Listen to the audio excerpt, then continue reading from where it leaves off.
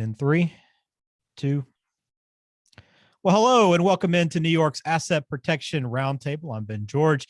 He's Ted Alatsas over at the Alatsas Law Firm, and got a good show for you today. It's just a really great starting topic for the podcast. Our first full show, exploring the estate planning topics and conversations that Ted has every day. This one's all about the will and the trust. So what are the differences between the two? Which one do you need? And really kind of talk through some of these basics for this so that everybody can understand a little bit better. That'll be the goal today. So Ted, welcome in. How are you? Oh, I'm great, Ben. I just got back from Barbados with my wife and fully refreshed and recharged and looking forward to a wonderful spring. How is the travel? I know travel depending on where you're going and where you're traveling from, travel can be a little bit more tedious than other places. So was everything smoother? I know we're kind of coming on the back end of this pandemic, hopefully, but it was still normal. It was a bit challenging. Wore masks everywhere. We had to, on the plane and at the airports, and we had to get tested a few times, but it was well worth it. Good. Well, I'm glad to hear that. I know a lot more people are looking to travel this year, so hopefully you're able to get out and about, but I'm glad that you were able to enjoy a little relaxation, and I'm glad we're getting back at the podcast. And if you haven't had a chance to listen to our first episode, I recommend you go back and do that. It's a great kind of a introduction to Ted and his business and who he is and what he hopes to accomplish out of the show along the way, and how we hope that educates you and bring you up to speed on many of the things that he does day to day in asset protection and estate planning. So go back to that one as well. And if you haven't subscribed to the show, please do that. Also, we would appreciate that. It'll help us continue to grow the show as we move forward. So today is all about comparing a last will and testament to a revocable living trust. And these are two of the most common ways, obviously, for you to state your wishes for your inheritance after you pass away. So I want to break down these two documents and really compare the various ways that they can be used to help you officially plan for your family's future. I'm guessing before we even get into the details here, this has to be something that comes up nearly every day with you, right? Oh, absolutely. Yeah. I mean, the biggest question that people have is, do I do a will or do I do a trust, and what the difference is, right? So we answer this question, all the time. Absolutely.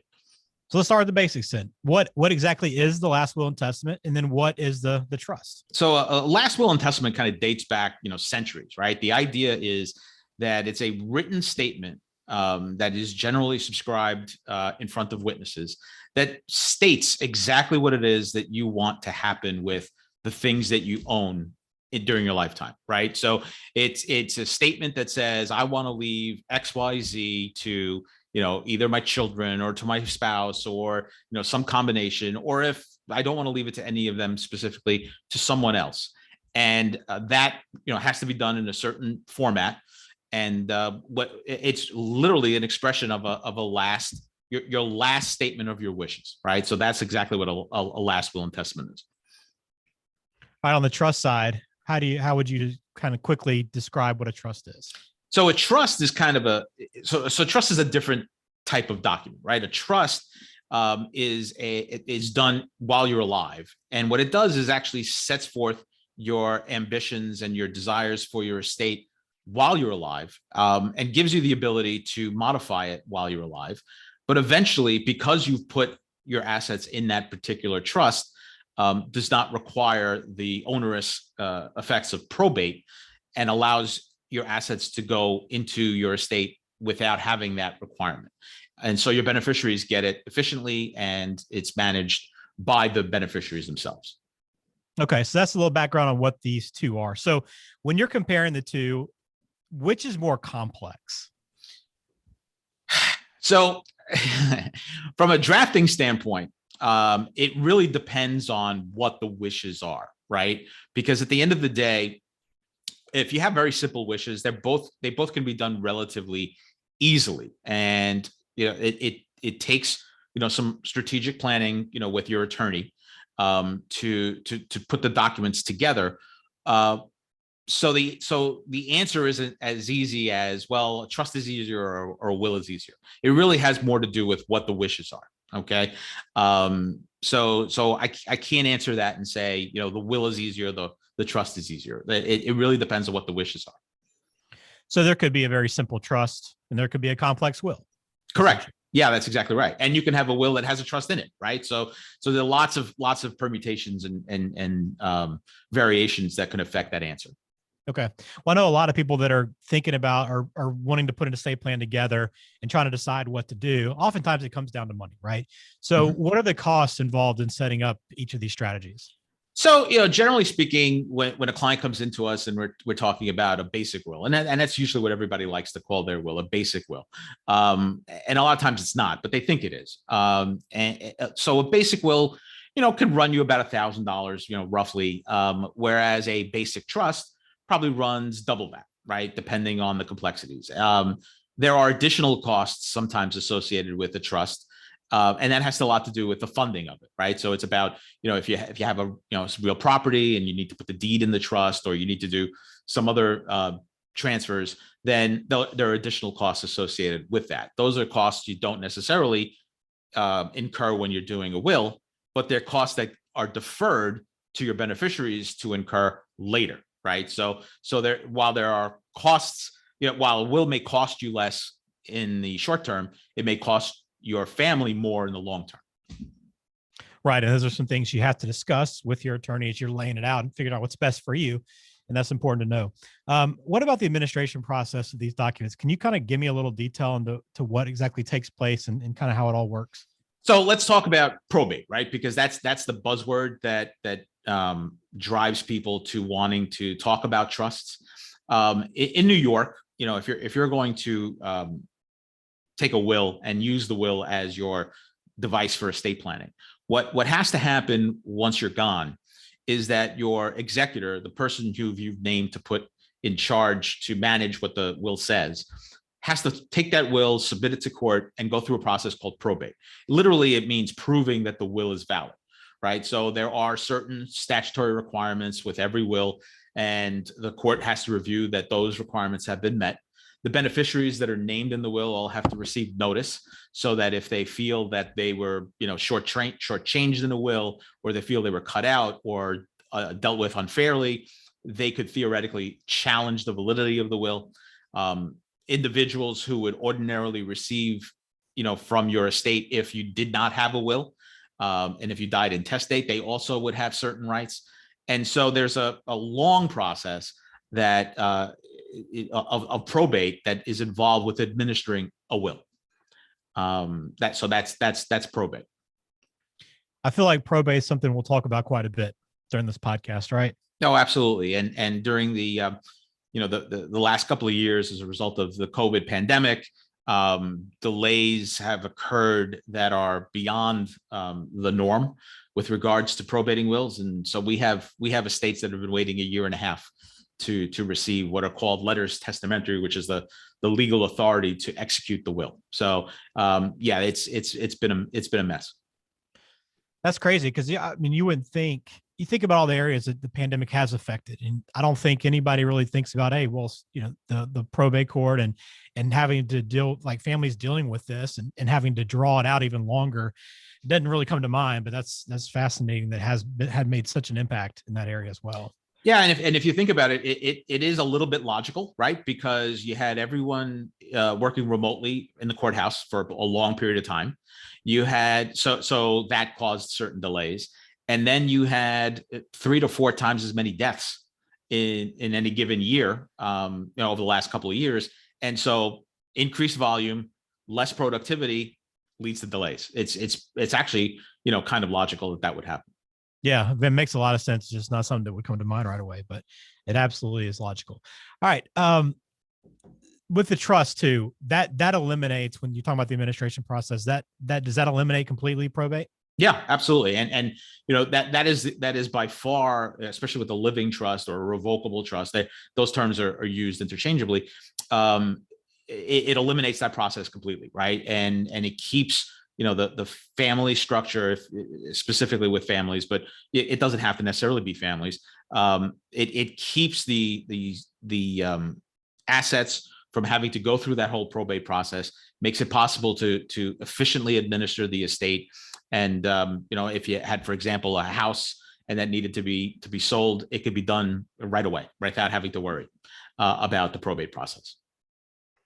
All right, let's talk about the documents themselves and the flexibility and opportunities for customization in each. Is the will very cookie cutter, or is there is there some flexibility there in what you need? So, as a lawyer, we don't really like the term cookie cutter, right? Because at the end of the day, there are certain things that are in every will, right?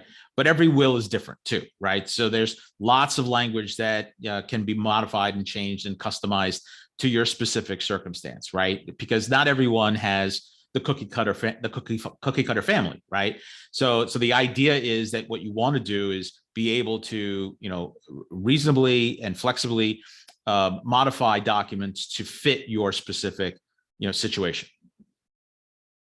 So the trust probably does have a little bit more customization, I'm assuming, than a will. Like there's more you can build out within the trust that maybe you can't within the will. Is that right? It depends, and it depends a Okay. lot on the structure of the assets. But yeah, you can definitely have a little bit more flexibility in modifying language in the trust to fit your specific circumstance. Perhaps extend beyond one generation or another with regards to assets. Perhaps keep assets in a trust longer and allow for beneficiaries who haven't even been born yet to be covered under your trust. So a lot of that, because a trust can be a living thing that can go on beyond the administration of the first set of assets, depending on how you write it. So yeah, there's a lot more flexibility with a trust in that regard. For someone that's trying to decide which direction to go, and I know we're going to talk about that process and how you work with someone directly in your office, but is there any way you can kind of summarize or just generally speak, hey, this person or this family would fit better within a will versus a trust and vice versa? Or is it truly these options could work for anybody?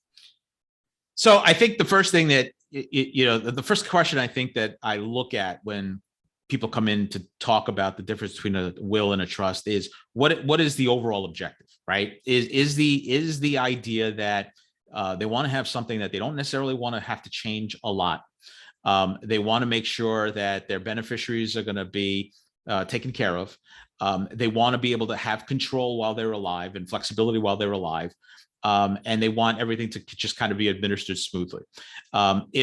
If they're set in their goals and they understand this is what they want to do, then a trust is definitely the superior option.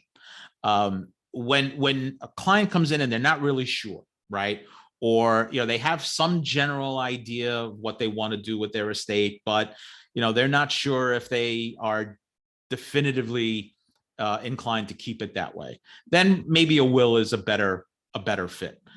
You generally see, younger people, and I know, that there's an apprehension for younger people to want to actually talk about doing a will, but you generally see younger people want to do that will because it is viewed in their mind as a very basic sort of entry level type of estate planning. As people get a little bit more older, a little bit more mature, they have, maybe a more mature set of assets, then a trust becomes a much better option. So it really, so if there's a dividing point, it's really kind of age. Gotcha. Okay. Well, for somebody that's considering this or knows, hey, this needs to be a priority in my life, I've been putting it all off long enough, I need to sit down and actually do my estate plan. They give you a call, 718-233-2903, or they just fill out the form on your website. What does that process look like for them when they come down? What are the first few things you discuss, and what do they need to be expecting when they come in? So when a client comes in, one of the things that we really want to do first is get a sense of what's going on, right? So we want to find out, who the family members are, who the potential beneficiaries are, what the overall objective is with, doing an estate plan, and then kind of, talk through with them, what their real objective is, right? So sometimes people come in and, they have a very simple objective in mind, and that is, I just want to make sure that, my assets are protected, right? Well, that's a very broad statement, right? It doesn't really give me any kind of sense of what that particularly means. And a lot of times they really don't even know what that means.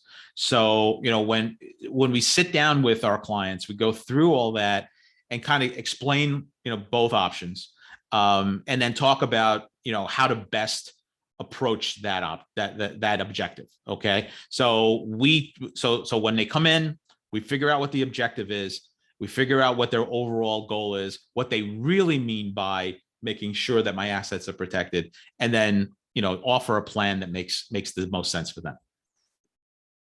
Very good. Well, you can visit the website, alatsaslawfirm.com. That's where you'll find a lot of different information, as well as links to contact and connect on social media, as well with the Alatsas Law Firm, and a talk with Ted directly. So hopefully this gives you a little background on wills and trusts. Again, there's going to be more questions I'm sure you have as it pertains to these two documents and what fits you best. But the best thing to do is to contact him. Again, 718-233-2903 is the number. And again, alatsaslawfirm.com. All right, Ted, I appreciate the insight today in this arena. I'm sure we'll kind of touch on wills and trusts throughout the podcast as we move forward, but I think this is a good foundation. Great. Thank you, Ben. It was great to talk to you again. All right. Very good.